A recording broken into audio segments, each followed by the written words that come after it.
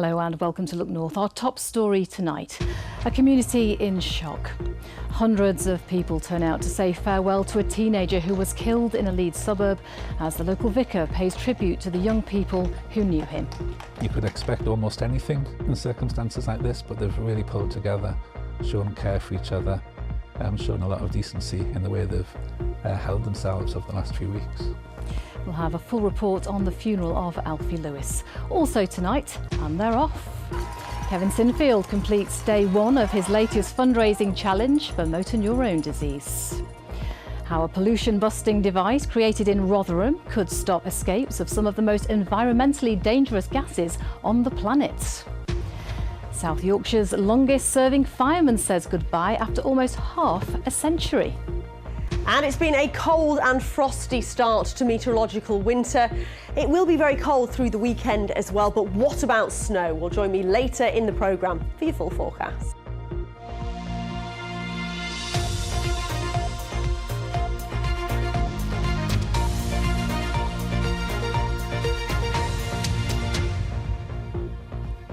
Good evening and thank you for your company. Hundreds of people gathered in Horsforth in Leeds today to remember 15-year-old Alfie Lewis, who was stabbed to death last month.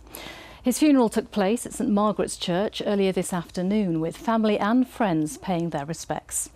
Alfie has been described as one in a million and someone with a heart of gold.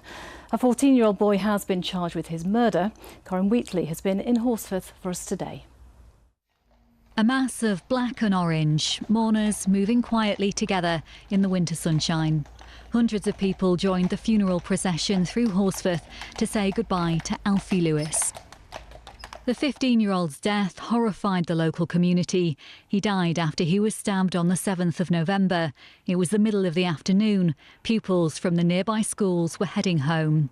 A 14-year-old boy has been charged with Alfie's murder. The preparations for today's service at St Margaret's Church were made thoughtfully and carefully. Alfie's personality and interests reflected in all of it. Talking to lots of his friends and family and other people who knew him over the last few weeks, I've got the message that Alfie is deeply loved, had a great sense of humour, lit up all sorts of places.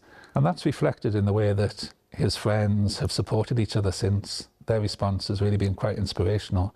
I think you could expect almost anything in circumstances like this, but they've really pulled together, shown care for each other, shown a lot of decency in the way they've held themselves over the last few weeks. Music was to be a central part of the service, including a song written in memory of Alfie. The colour orange, a reference to a football team he supported. The church had opened its doors to his friends in the days leading up to the funeral and gave them a way to express their grief. A more traditional memorial book where people can write things in. I know myself that if you're given such a book for a friend or a family, it's very hard to know what to write. If you're 15 and you've just lost your best friend, that's very, very difficult. It's a lot easier for young people to be able to express themselves in that slightly less formal way, and they have done in fairly large numbers. This bench has become a focal point for the grief and hurt following Alfie's death. It was the spot where he used to spend time. It's now where his friends leave tributes and keep watch most evenings. The funeral procession began there today before heading to the church. Family, friends and a community celebrating the life of a boy lost too soon. Corinne Wheatley, BBC Look North, Horsforth. And our thoughts are with Alfie's family. Now, the 7 in 7 challenge started today with rugby legend Kevin Sinfield raising money to support people living with MND and their loved ones. This is the 4th challenge for Kevin, who was inspired by his former Leeds Rhinos teammate Rob Burrow. It's 7 ultra marathons in 7 days in 7 locations. And where else could they start but the home of the Rhinos, Headingley Stadium in Leeds?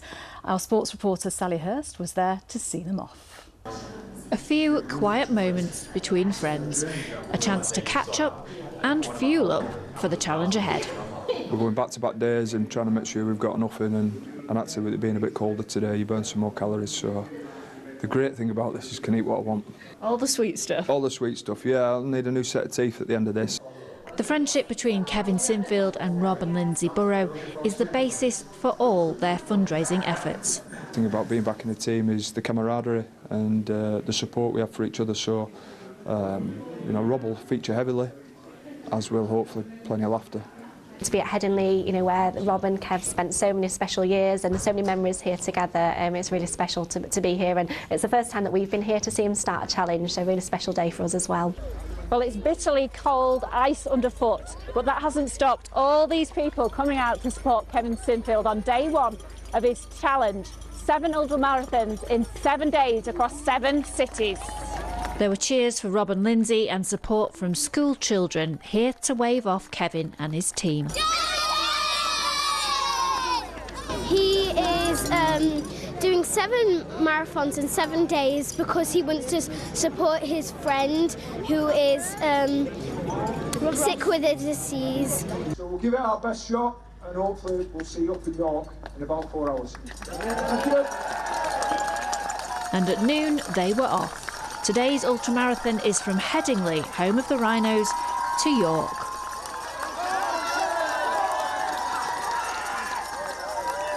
And this is what it's all about, raising money for the motor neurone disease charities. Some of the money will go towards building this new MND centre here at Seacroft Hospital. The current facilities aren't great. What we want to do is create a peaceful centre where it actually envelops the entire family, and it's going to make a huge difference. You know, we've seen time and time again the difference a nice environment makes, and we're actually going for a great environment. And all along the route are well-wishers.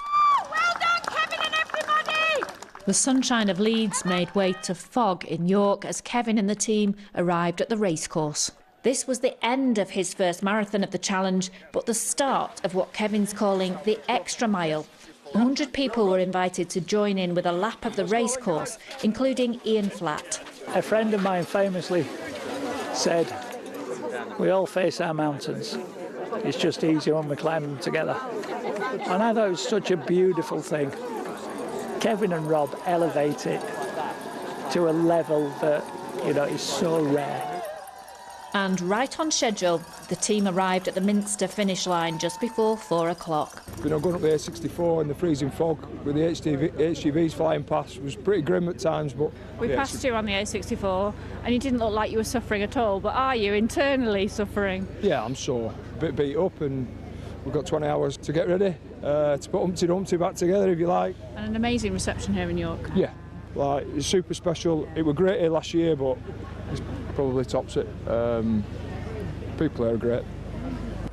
A hard day on the road and a bus journey down to Cardiff awaits for day number 2 of his 7-day challenge. Sally Hurst, BBC Look North, York. Yeah, it's quite incredible, isn't it? Well, I'm pleased to say Rob's dad, Jeff, joins us now. Jeff, you must be so proud of Kevin. Words fail me with Kevin. When Rob got diagnosed nearly 4 years ago, he did a live interview, did Rob, and he got upset. And Kevin were the first to put his arms round him, and he's kept his arms round him ever since. It's fabulous. And he's the man, isn't he? He's the man, the inspiration behind these incredible epic challenges. How is Rob at the moment? He's stabilised for the last 2 years. You know, we've got him on some treatments thanks to the efforts of Kevin and others. And he hasn't got any better, but he definitely hasn't got any worse. He's still as cheeky as ever. It's that smile that I love about Rob.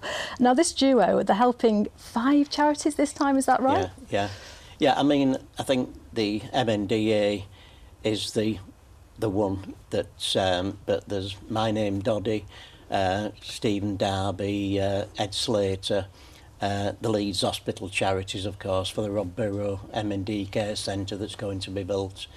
It's just marvellous what they're doing. And he just keeps on going. So this is right, 27 miles in 7 days, every day, 27 miles. Every day, yeah. And what they call the extra mile, apparently, is where people can join in and instead of doing the full marathon. So it's really good fun. And for the rest of us who aren't quite as crazy as Kevin, we can watch his progress through a tracker, I believe. Is this right? I believe so, yeah. So how's that going to work? I'm not into that technology, but... Me neither. But apparently something along the lines of technology enables you to sort of click onto some kind of map, maybe? I don't know. Yeah, something like that, yeah. The technically savvy people, I'm sure, will be able to work that one out. Yeah. And so how's his training been going? Kevin's, well, I think he keeps fit full stop. But I know with his England rugby union commitments, he hasn't been able to commit as early as he would have normally done, I believe. But nothing will stop Kevin. And where next? Just remind us. Cardiff is the next one, I believe, right. And it's good that he's spreading it out to different places in the UK and Ireland. It's Kevin's now put his arm around not just Rob, the whole M&D community, and that's what it's all about. Absolutely, it's about raising that awareness too, isn't it? Jeff, thank you so much for your time this evening. Thank you. Now you're watching Friday's Look North, still to come on tonight's programme. We're into the second round of the FA Cup and all eyes are on York City tonight, hoping for a win against Wigan.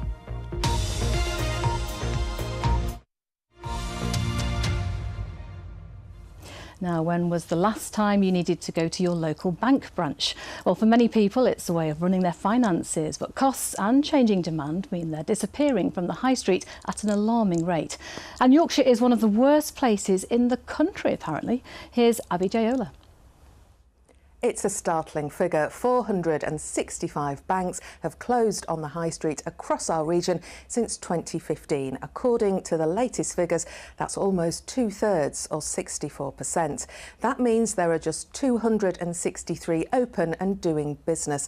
In some communities, such as the Sheffield Hallam constituency, there are no bank branches at all. Well, there's no banks anywhere, let alone in Hallam. I have to go to Meadow Hall to put my business account checks in. I don't bank with any traditional banks.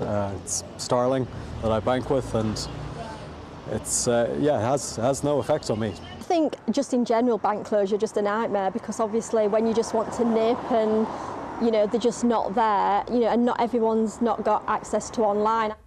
Sheffield Hallam is not alone. 6 other constituencies also have no bank branch, with a further 3 only having 1 left open. Elsewhere, banking hubs have opened to provide access to various branches, all under one roof. But in Knaresborough, that was only after a campaign by local residents and traders like Charlotte. As a community, we were just really feeling the loss of banking services, particularly older people and those with access issues, but really right across the community. We've got a lot of small businesses in the Knaresborough community. Some of them still even only accept cash. It is an issue that both main political parties are aware of. Today, Labour said they'd increase the number of banking hubs if they were elected. MP for Leeds West, Rachel Reeves, is the Shadow Chancellor. Labour are making a commitment today to 350 banking hubs so that no one lives in an area that is a banking desert, can't withdraw cash, can't pay in cash, can't access basic banking services. That's the commitment of an incoming Labour government. But the Conservative Party said Labour hasn't explained how they'd actually fund this. The Conservatives also said the government has worked with the banking industry to open banking hubs in 90 communities and to ensure banking services are available in 12,000 post offices. Next tonight, the Prime Minister is at the COP28 meeting, trying with other leaders to save the world from environmental disaster. But a solution to one of the biggest polluters in the gas and oil industry may have been found in South Yorkshire. Rotherham-based engineering firm AES Seal came up with a revolutionary idea to recycle methane and stop it escaping into the atmosphere. Phil Bodmer can explain. It's said the North Sea oil industry burns off enough methane to power a city the size of Sheffield annually. The UK wants to ban the practice by 2030. In Rotherham, they're producing high-end engineering seals for use in pumps and rotating equipment to prevent liquids and gases escaping into the environment. A consequence of the seals operating at such high conditions is that you get leakage, and that leakage is inevitable. That's these 2 lines that you can see here on the chart, and that is what goes to the flares normally. Working in partnership with Torishima UK, engineers have developed a separate booster pump that provides clean gas to the seal when a compressor is shut down, keeping the seal clean and avoiding the need to flare off. We've previously looked at leakage, and now it's what you do with that leakage. So in order to prevent it from going to atmosphere, we've got a rotary booster device, which is this here, whereby the gas comes in, it's boosted and it goes back out so that it can be re-injected into the process without the need for it to go to atmosphere through flaring. Designers say the booster can be retrofitted to existing infrastructure, therefore providing a solution that the industry has been long demanding. It will either completely eliminate in some cases or massively limit the amount of very harmful hydrocarbons that are leaking to the atmosphere. You see them leaking visibly where you've got these flare stacks, which are, the best way I can describe it, is a large Bunsen burner in the sky. We are a pump manufacturer primarily, but the opportunity, although this is a compressor, the opportunity to actually work on a compressor design with this goal in mind was fascinating. It was interesting all the time, and hopefully it does make an impact on the world. The EcoGuard will now undergo further testing before coming to market sometime next year. Those behind the project hope the idea, born in South Yorkshire and developed in Scotland, will see the familiar flare-off finally extinguished. Phil Bodmer, BBC Look North, Rotherham. Yeah, great to see Rotherham leading the way there. Now, this week we've been reporting on the challenges facing our councils, juggling funding cuts against rising demand for essential services. Many of you have emailed us to say that the councils just aren't spending your money well and they should be managing finances better. Our political editor, James Vincent, has been putting those views to those in charge.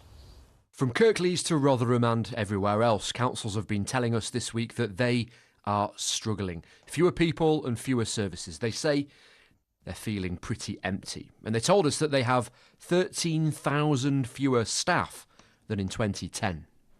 That's more than could fit into this entire stadium. And the politician managing the finances feels like he's been here before. Yeah, sadly it wasn't a surprise at all, really. In Rotherham we've lost more than 1,800 jobs over the last 10 or so years. If you multiply that out across the region, then you're going to get to a very big number. And those aren't just jobs that are lost, those are services that we can't provide to people anymore. We've had a load of emails of people saying councils waste loads of money. There's no point moaning about the government not giving you money when you waste money. What do you say to those people? It's a really scary environment for councils, and lots of places are one shock, one big cost, one big bill away from disaster. The government says that money to councils has gone up, and they're right. Over the past couple of years, that has been the case. But recent money from down south is not even getting close to what councils have lost. Nottingham's just declared itself effectively bankrupt. Kirklees could be next. Whose fault is that? Is that government funding cuts? Is that Kirklees not managing the money well? Is the answer a bit of somewhere in between? It's definitely down to Kirklees and their financial mismanagement. You know, we've had a finance director go, the chief executive go, the council leader was deposed. I mean, they're in a mess. The funding envelope is exactly the same for Kirklees as it is for Barnsley and Calderdale. And Barnsley and Calderdale are getting on and making things happen. External auditors have been critical of Kirklees in the past few years, but the council says it's now improved its management. But not enough, according to the PM. The council is clearly no longer fit for purpose and local residents deserve better. But some Conservative council leaders are also really worried. Well, we're critical of the lack of recognition of the seriousness of the problem. Local authorities are facing the most severe sort of funding landscape that it's had perhaps for decades. Back up to Rotherham and back to a conversation we've had many times. Are you fed up of moaning? Yeah. Yeah, I really wish I never had to have this conversation again. It'd be lovely to come out and say, no, we're okay now, we can do some more things. But as you say, it feels like we do this over and over again. We can't keep doing it. It doesn't matter where you go or who runs your local council. There's a real agreement that they're in trouble at the moment, and there's an existential crisis about how we provide our public services. Yes, thank you, James. Well, after our reports this week, our inbox is brimming of examples of how you're noticing cuts in your area, and we'll be returning to these issues in the coming weeks. And you can, of course, continue to send your stories and comments to look.north@bbc.co.uk. The details there on your screen. And some wonderful shots there of Rotherham United's ground on that story about councils. Well, tonight you can see York City's ground live on BBC Two as their FA Cup second round game against Wigan is being televised nationally.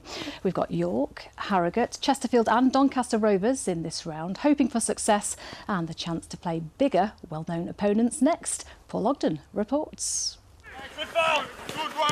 Who would your dream opponent be in the third round if you can get through? Man United. Man United away. Get your 4 passes in, then try and score quickly. Different outlooks on York City's FA Cup adventure, depending on which members of staff you talk to. Ryan Fallowfield dreams of Old Trafford in round 3, but he's no dreamer, as you can see from his and his teammates' efforts in training this week. Keeping the players real, the still new York City manager Neil Ardley, no Yorkshireman, but is at home here already, only 2 months into the job. York's a beautiful place, a lot of good people, the fans have been incredibly welcoming.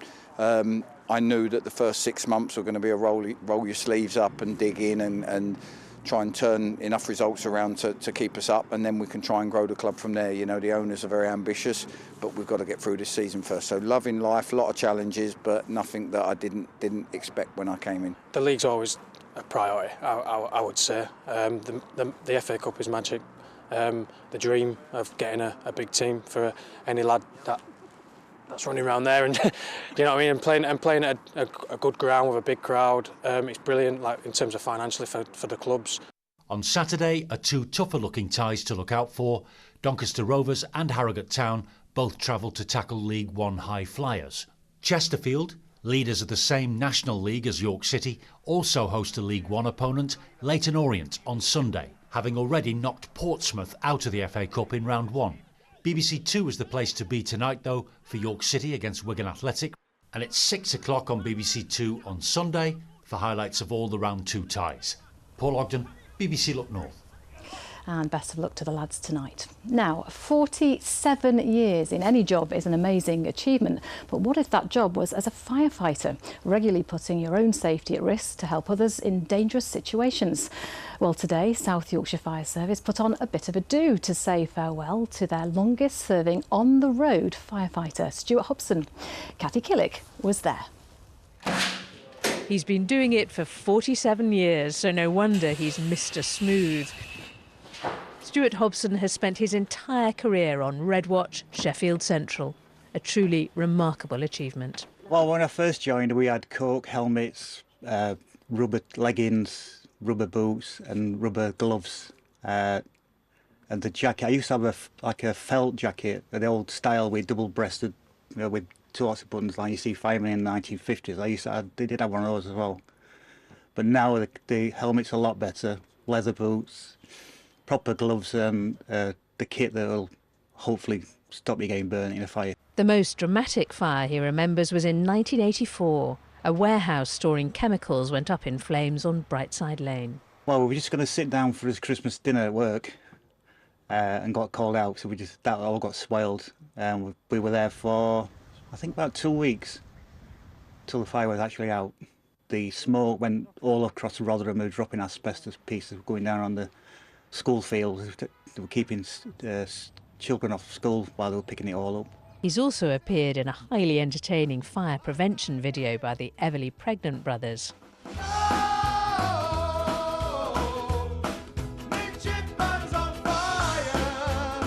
And fire safety has become a major part of the job alongside fighting fires. The last 47 years have gone really quick, but the last month has gone really slow. It's like taking ages for this day to come. A ceremony at the fire station marked the occasion this afternoon. It was slightly delayed because his mates on Red Watch were called out. But once back, they stood in honour of their long-serving colleague. It's extremely unusual. I think he's the first firefighter that I've known that has, carried on for so long. Most firefighters, like I said, would retire after 30 years. It is a physically demanding job, so to carry on for 47 years is absolutely fantastic, and all credit to him. Stuart knows he'll miss the job, but he has 3 grandchildren to keep him busy, and all can surely agree he's earned the right to put away his boots and put his feet up. Kathy Killick, BBC Look North, Sheffield. Oh yes, wishing Stuart a long and happy retirement. And congratulations also to a Bradford food service supplier, which has won gold at the National Awards ceremony. Adams Food Service was named Wholesaler of the Year at the Federation of Wholesale Distributors Awards. The business that started as a small family-run grocery shop on Horton Lane, there they are, 40 years ago, has now become one of the UK's largest suppliers to the catering industry. I think they were pretty chuffed with that. Well, you'll probably know it's been freezing overnight. No sporting fixtures have been cancelled just yet, but if you're one of thousands of runners set to take part in Sheffield's 30th annual Percy Pud on Sunday, well, it's a bit of a waiting game. The route takes you through the Loxley Valley in the west of the city, with final preparations taking place to make sure it's well gritted. And if you're taking part, rather you than me. Keely, it's not looking so warm, is it? It's looking absolutely freezing, actually really quite slippery underfoot. There could be a little bit of fresh snow across parts of South Yorkshire to start the day on Sunday. More on that in a moment. We've had some lovely pictures coming in. A grey start in places. You can see the low cloud and fog in the valley here at Sutton Bank. And the second picture, you can just about make out a fog bow as the sun burnt away that low cloud over Home Moss. Please keep your pictures coming in. I'm sure there'll be lots of lovely wintry pictures out there. You should be able to see contact us, the Weather Watchers page, so you can contact us on the Weather Watchers page, or we're on social media as well. I'm hoping I'm going to get some weather graphics, or this is going to be a very long tap dance indeed. So let me tell you, it is going to be a cold and a frosty weekend. Shall I come and sit next to you, Amanda? Because this seems a little bit dreary, doesn't it? Should we talk about our weekend plans instead? Maybe. So tell us on the forecast. Let me tell you, so it's going to be a cold and a frosty weekend with temperatures by night well below freezing, and by day I think they will struggle as well. So a lot of uncertainty in the forecast as we make our way into Sunday. There is some snow in the forecast. Most of the snow at the moment looks like it will be to the south of our region, but there still could be a little bit of snow across parts of South Yorkshire and North Derbyshire. So let's start with tonight, shall we? It's cold out there. It's clear. We're looking at a widespread frost. You're nodding your head. Yes, it's going to be another very frosty night. I tell you what, this morning I was taking the ice off the car. It was unbearable. Well, you'll be doing it again tonight. It's going to be a frosty night, a clear night, perhaps a little bit of patchy mist and fog in places, freezing fog, of course.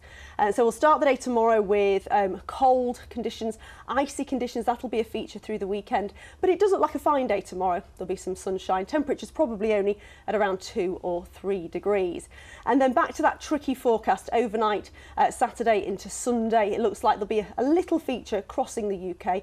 We might get a little bit of snow across parts of South Yorkshire and North Derbyshire, but keep tuned to the forecast because it does look like that could change a little bit. So if you have got any plans on Sunday, like the pudding race, keep tuned to the forecast. It does look like it'll get slightly less cold as we head through the course of next week. There may well be a band of rain on Wednesday, preceded by some snow, and then it will be milder after that. That was award-winning. Well done. I'm not sure. Never mind Stuart the firefighter. That's it from us. Good night.